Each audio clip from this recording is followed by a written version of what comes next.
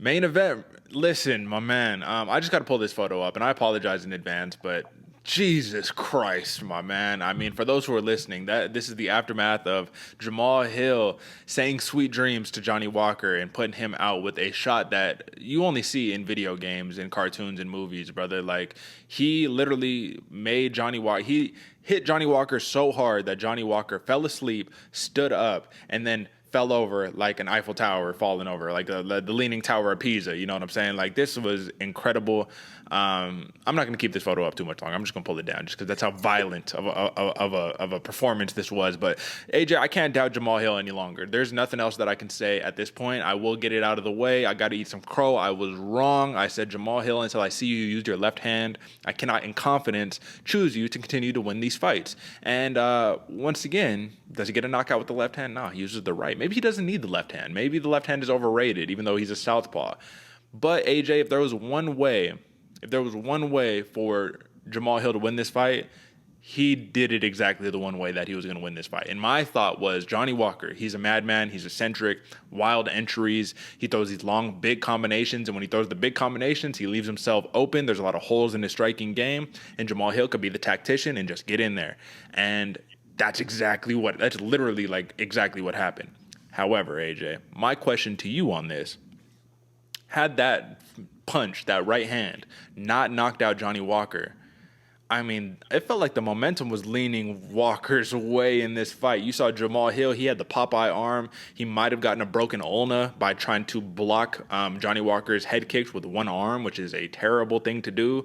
However, a win is a win is a win.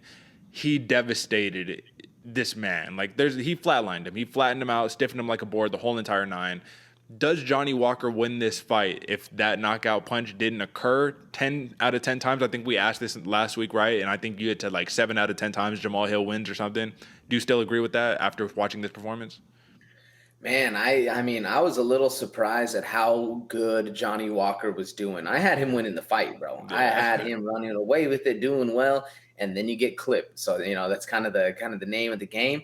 But I thought it was with the mix up of things Johnny Walker was doing, staying long, using those kicks, staying at range, and then getting on the inside on the clinch. Probably going to work some ground game. If this fight got a little bit longer, might have been a smart idea for him to do before getting clipped. But this was a very impressive fight for both people, man. Yeah. I think it raised both people's stock.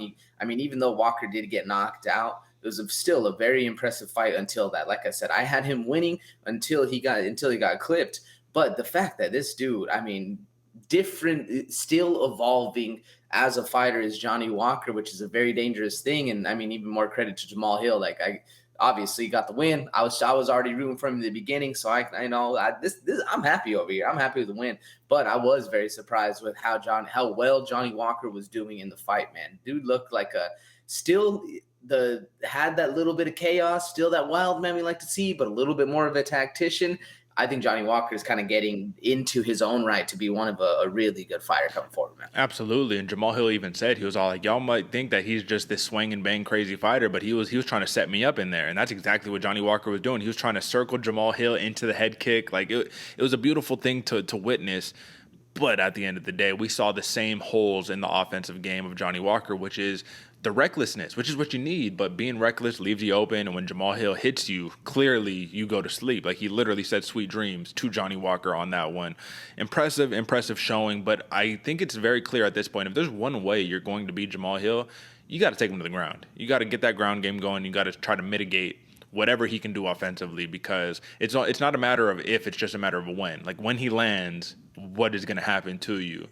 Now, for Johnny Walker, though, man, once again, 10 out of 10 times, or out of 10 times, how many times does Jamal Hill win this fight? Because, Johnny Walker was doing the things. He was doing all the things that you needed to do to be well-rounded at that point. But I will say, I almost saw the knockout coming, because you saw Jamal Hill crush the space. Next thing you know, Johnny Walker, his back is against the cage. He's like, yo, what is going on here? Like, why am I back here? And then he gets slumped. So out of 10 times, give me the number. Man, I'm still rocking with that 7. Seven. If that is the number I said before. I do think because it's hard if you're setting stuff up like that, it's hard to not find that, especially when you got the power like Hill does. Yeah. He clipped him on the top of the temple, bro. Most people, you're looking for that chin, button chin. But that one on the temple works too, man. You put him out. How, in terms of power, right? We have our Chaos Williams, we have our Miguel Baezas, we have our, you know what I mean? Obviously, we're not going to talk heavyweights and stuff like that, but we have these type of fighters who it's like if they touch you, good luck, right? Is Jamahal Hill slowly but surely like climbing up that ranking of like if he touches you, man, that's it? What do you think? Oh yeah, very much so. I'm almost wondering if this dude is a righty that fights switch stance, you know, Maybe, yeah, because he's got power in that lead hand, which most people don't. You know, most people are very awkward with their lead hand. yeah. This dude's got power in both, and he does. What's crazy, he doesn't have like we look back on like the Al Hassan or Buckley. Those dudes are thick, Oh, but yeah. then you look at Jamahal Hill. This dude's normal body shape, not super jacked, but he has the tendons and the muscular strength and the style to be dropping bombs. Yeah, very impressive and unassumingly strong too. He kind of gives me like that like Deontay Wilder vibe for his power. You know what I'm saying? Like he has that just unassuming, but if he touches you, just that's it. You get demolished. So huge win by Jamahal Hill, man. It's gonna be interesting to see where he can go from here because in all honesty, Paul Craig is ahead of him in the rankings. Paul Craig thoroughly destroyed him when they fought. So does Jamahal Hill deserve to be above him? I don't know. Maybe we'll get into a little bit of a rankings review. We'll see.